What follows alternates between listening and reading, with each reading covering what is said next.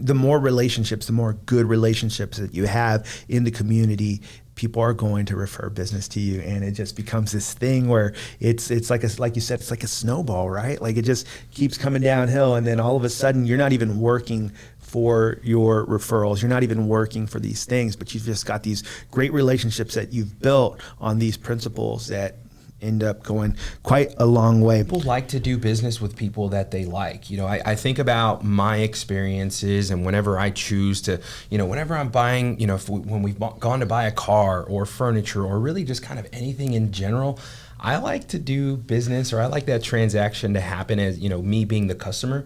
I like to do that with somebody who is likable. If I'm dealing with somebody who's grumpy or who has that attitude, like you said, I just don't care about what other people think, I'm not super excited to do business with that person. Even in my conversations with people, I'd like to think that I smile pretty much the whole time that we're talking for most of my interactions. So obviously, like, when you're very familiar with the person, there's probably less smiles.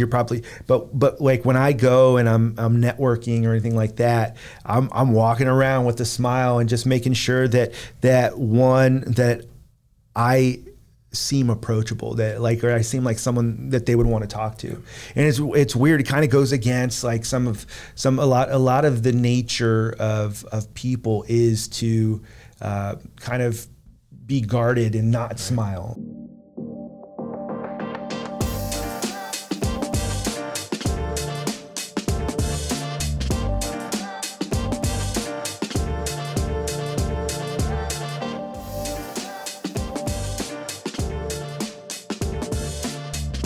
Hey everybody, welcome back to Medicare Agent IQ. I'm Raul Gonzalez. And I'm Oscar Ibieta. I was thinking about right now, today is episode 57. We should have had like a celebration on episode 52, right? Like 1 year anniversary. Oh, okay. I was like, why? 52 weeks. 52 weeks. But no, man, super excited to kind of come back to this topic. So we have talked a little bit about kind of things that I've learned in how to win friends and influence people, and just kind of some important things. And so just kind of want to continue on with that today. I think what we said we'll do is we'll go, we'll do a little bit of this and then back to Medicare content specifically. But I honestly think that this could help a lot of people, and that we're going to spend time talking about these important things. I think both in business and in life, right? Like I think a lot of the stuff is you can apply 24/7. You can apply it to your entire life, and it's going to take you a lot further in your journey and whatever your goals may be if you can just apply a lot of these things that we're going to be covering. Yeah. So today we're going to cover 3 ways to make people like you. Why is that important? Again, specifically, like making people like you. What is it like? Because some people have that attitude, like, well, I don't care if anyone likes me, right? I don't know that that's the right attitude to have, and I think that because people like to do business with people that they like. I think about my experiences, and whenever I choose to, whenever I'm buying, when we've gone to buy a car or furniture or really just kind of anything in general, I like to do business, or I like that transaction to happen as, me being the customer. I like to do that with somebody who is likable. If I'm dealing with somebody who's grumpy or who has that attitude, like you said, I just don't care about what other people think, I'm not super excited to do business with that person. Yeah, it's so funny. I probably shouldn't say this, but I'm going to. So, Andy Elliott, man, he's really big, and he's a sales coach, and he kind of helps people. But I personally wouldn't. I actually really value his content. I think it's great, but I wouldn't want to buy from him. Like I wouldn't want just kind of some of the things that he talks about. So you're right. Like you want to work with people that you like, people that are likable. And I think that there's this there. I want to make a distinction, right? Like, some people you may not just have like a chemistry with, right? Like there's people that you're going to just not have this chemistry with. Perfectly fine person, and that's different. But there's ways to actually make people like you, genuinely like you. And so let's talk about that real quick. And I think that the very first one is to become genuinely interested in other people. to stop and take a genuine interest in other people? How do you do that? What does a genuine interest look like to you? I think it's through observation. I think whenever you're having a conversation with somebody, they may be wearing a particular piece of clothing, or maybe they're wearing a shirt of their favorite sports team, or just anything. If you're, depending on the setting, if you're in their home, you may see certain things. Maybe they've got a collection of something. Obviously, that's going to tell me as an individual, okay, they are interested in these kinds of things. And so, or maybe if somebody like I've seen where people drive a really nice and clean car and they keep it clean. I'm like, man, your car looks really clean. And so it's just observing those types of things, and then taking the time to highlight that and actually point that out to the individual. Yeah, and I think there's kind of a next level of genuine interest, and I'll share a quick story. So my wife, she went to art school. She's into art and sewing right now. She sews her own clothes. That's kind of a hobby of hers.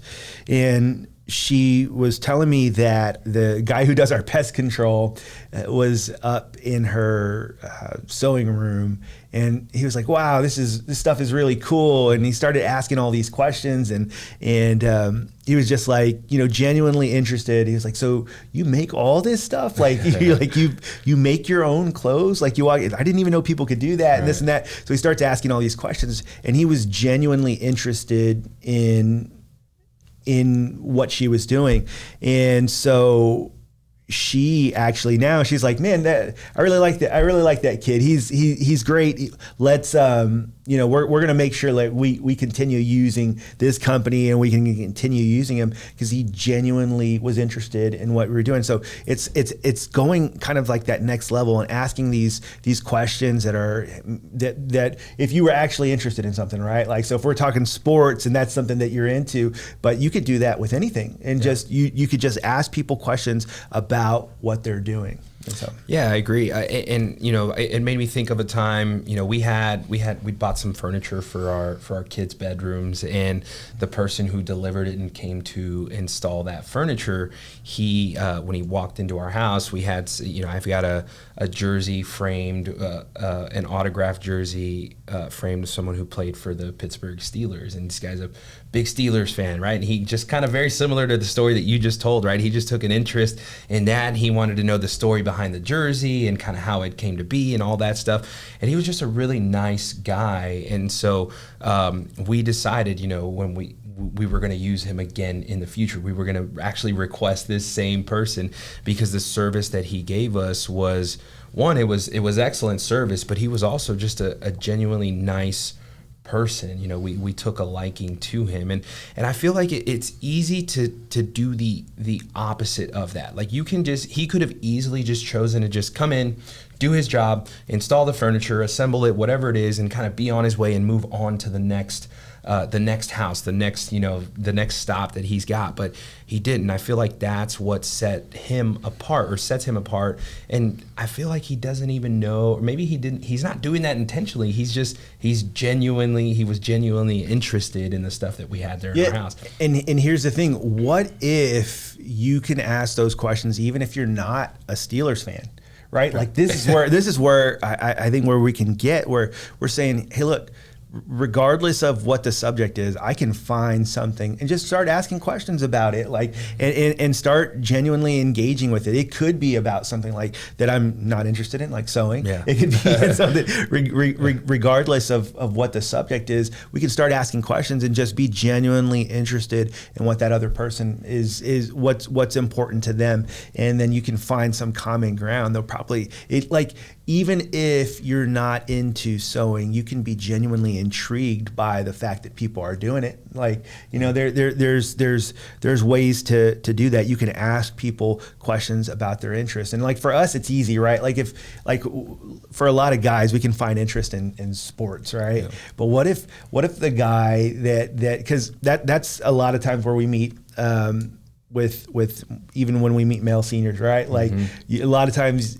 you bring up, like we're from San Antonio, Texas, so we'll bring up the Spurs or the Dallas Cowboys or something like that, and so we find this place of mutual interest. But what if that mutual interest isn't there?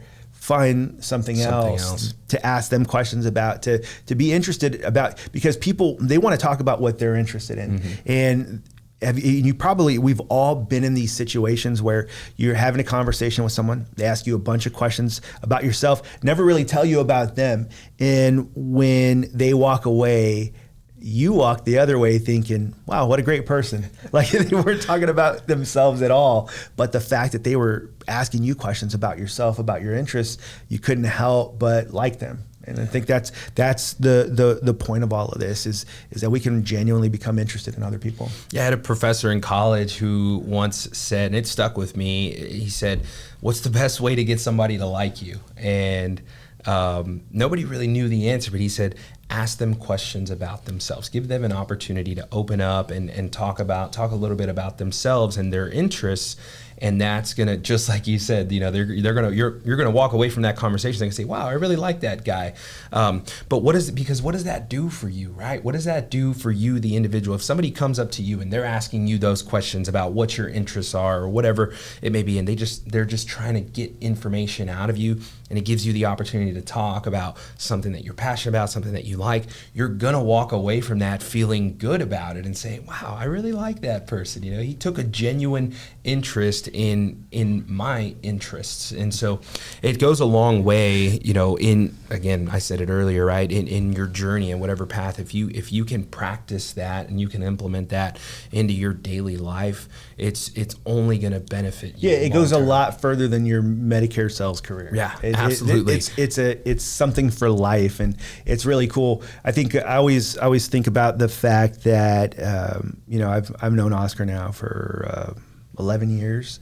And one of the kind of, it's kind of a joke, but also not a joke, is that everywhere you go with Oscar, he knows someone, and he's got like, just, you know, but I think there's so much value in having a bunch of friends, and just in your business and in life, it just opens up opportunities everywhere if you are a likable person. It's just a truth of life. There's the old adage that it's not about what you know, it's who you know. Yeah. There's some truth to that. I think you have to be competent, but outside of that, after you're competent, it's about who you know. You've got those relationships in Absolutely. place. So the next one, let's go ahead and talk about, again, kind of keeping with this trend of 3 ways to make people like you. I think spending time and making sure that you are smiling in interactions. I think that's a huge thing. Would you agree with that? Absolutely. I mean, from the moment that you meet somebody, there have been times where I've gone and I've been in a public setting, and I go and I'm introduced to an individual, and I go and shake their hand, right? And it's always stood out to me when an individual has actually looked me in the eye, smiled, and you know, and told me their name. And so that stands out to me a whole lot more than you know, somebody who just comes in and just has a dry face, or they just kind of, maybe they're not looking you in the eye and they just kind of introduce themselves to you. Or if you just walk into a room, when you walk into a room and you see people, you can look at somebody, they could have just a blank face, a blank stare, or they could have a smile on their face. And I choose to be the person, when somebody walks into the room, I want to be that smiling face. I want to be that warm welcome to that individual. Right. What's the acronym RBF?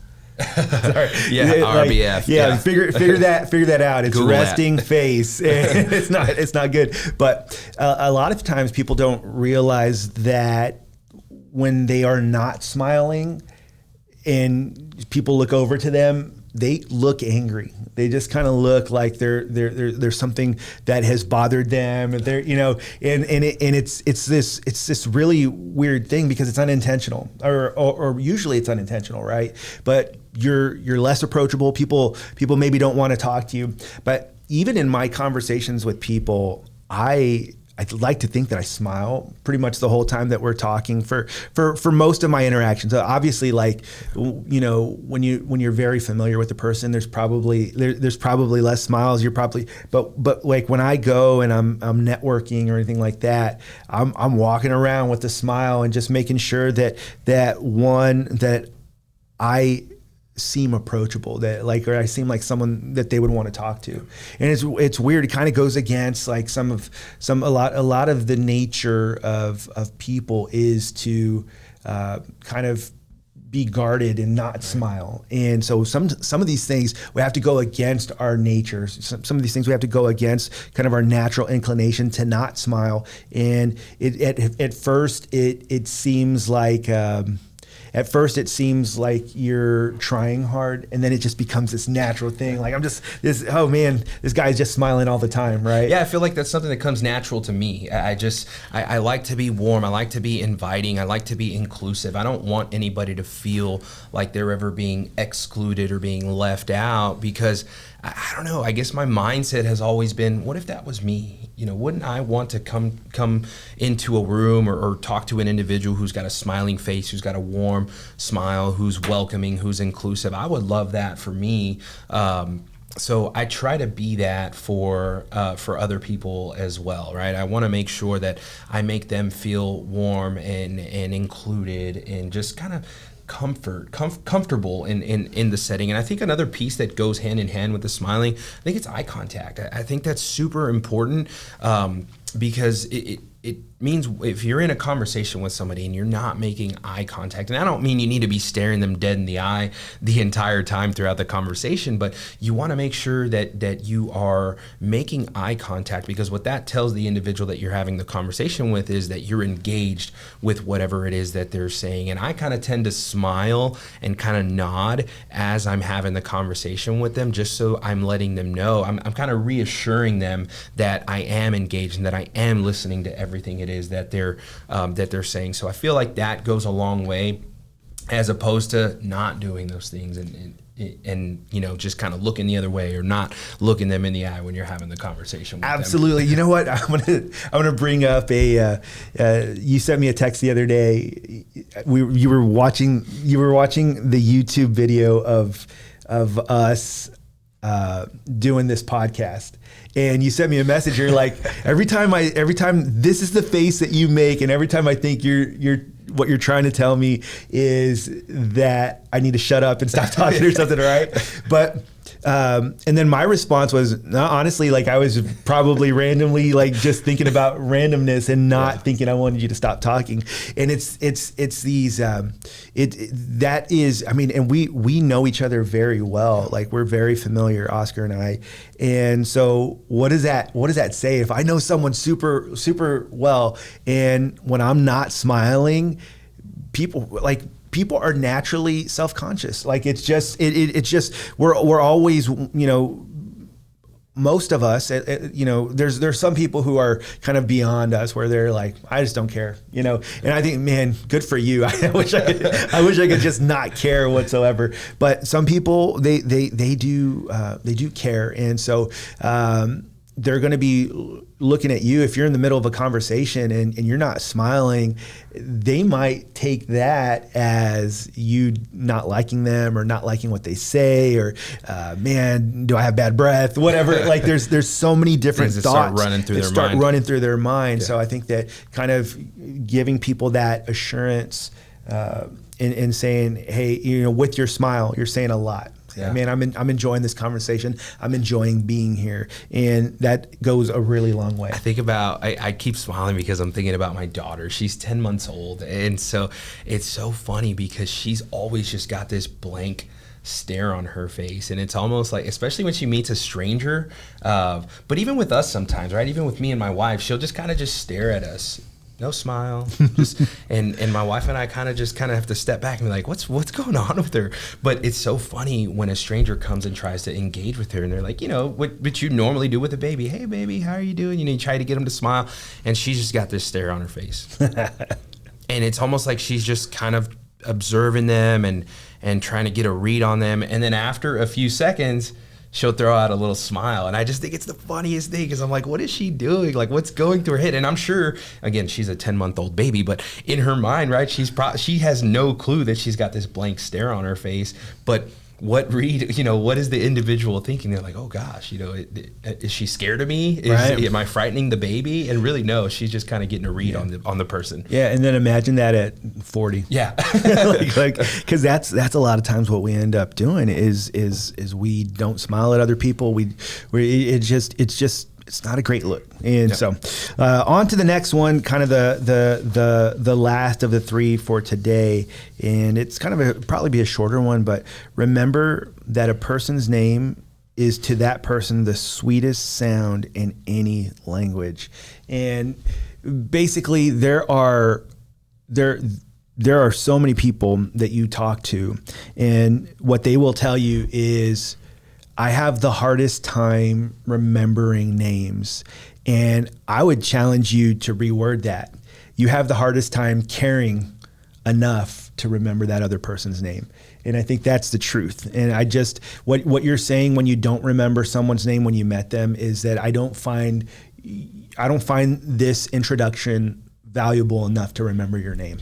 It's not that important. To make an effort to do that. And so what I would encourage you to do, how do you remember someone's name? I have a trick for that. I have a practice that I implemented because I used to struggle with that. I did. And it was completely unintentional because, like you said, right, Oscar's great at relationships, and it feels like everywhere that we go, it's almost like I know somebody. But I will be honest, one thing that I struggled with was remembering somebody's name. And I had to do some self observation and say, why is that? And it was because of what you just said. It was an introduction, and then we just jump into the conversation, or maybe you're meeting several people. So what I did to kind of fix that, to remember someone, is every time I meet somebody, when I go to shake their hand, if I go and meet somebody and their name's Robert, hey, I make sure to repeat their name back to them. So when someone introduces themselves to me and they say, hi, my name's Robert, I'll say, hey, Robert, my name's Oscar. And so I kind of just practicing saying it out loud.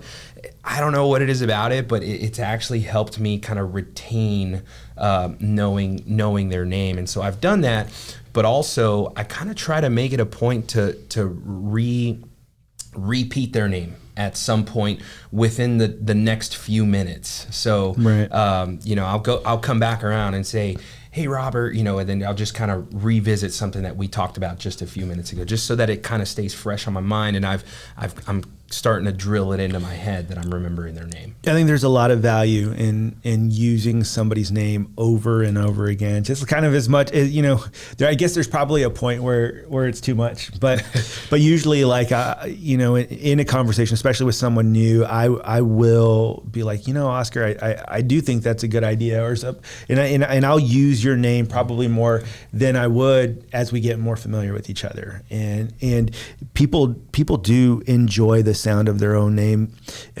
What it communicates to me is, if you're using my name a lot, you're communicating to me that you remember my name, that you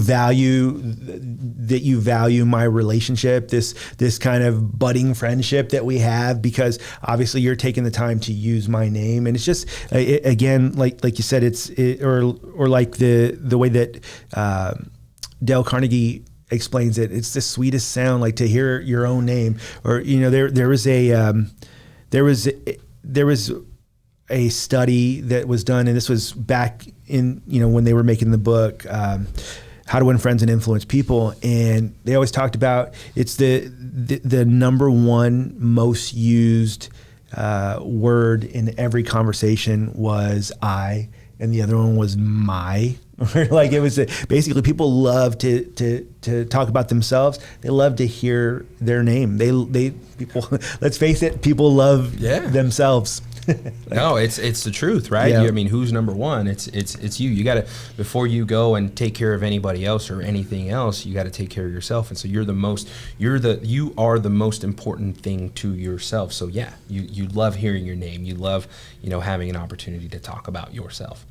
Yeah, absolutely. And I think that if another kind of thing that I end up doing besides repeating their name to them is if I get an opportunity, I'll write it down. And there's something psychologically that happens when I am trying in several different ways to remember somebody's name. You're going to remember it. And again, when you make that effort to remember people's names, obviously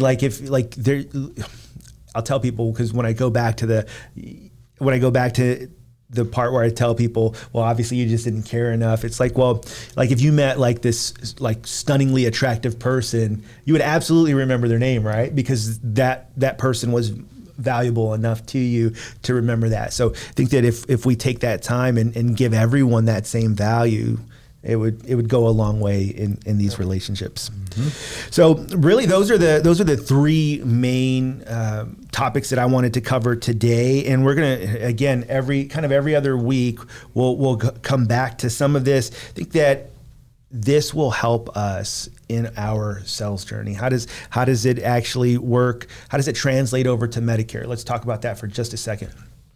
So if you can build relationships, not just with the clients that are in front of you, but this is a relationship business. If you can build relationships with seniors or senior communities, people who own them, or with the different carriers, or managers for provider groups or at doctor's offices, if you can kind of build some relationships with them, they're going to go a really long way to help you to be successful selling Medicare, right? To get you leads. I mean, I think about my journey, right? When I first entered the business, right? I was a street level agent. I was a selling agent, and I thought, what has made me so successful? And obviously it was, putting the game plan together and having the strategies and going out and executing. That was one thing. But I think the extra layer that really kind of catapulted my success was the fact that I went out and I built relationships, and I was good at them, and I took a genuine interest in people. I always had a smiling face,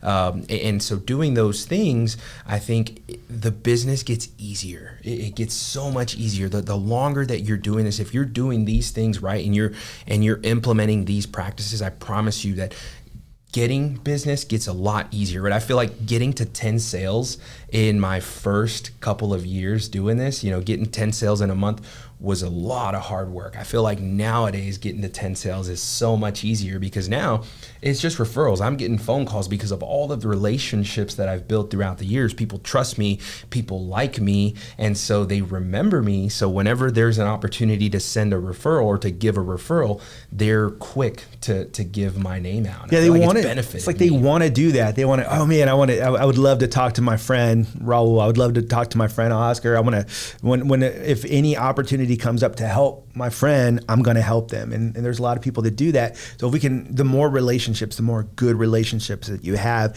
in the community, people are going to refer business to you. And it just becomes this thing where it's like you said, it's like a snowball, right? Like it just keeps coming downhill. And then all of a sudden you're not even working for your referrals. You're not even working for these things, but you've just got these great relationships that you've built on these principles that end up going quite a long way.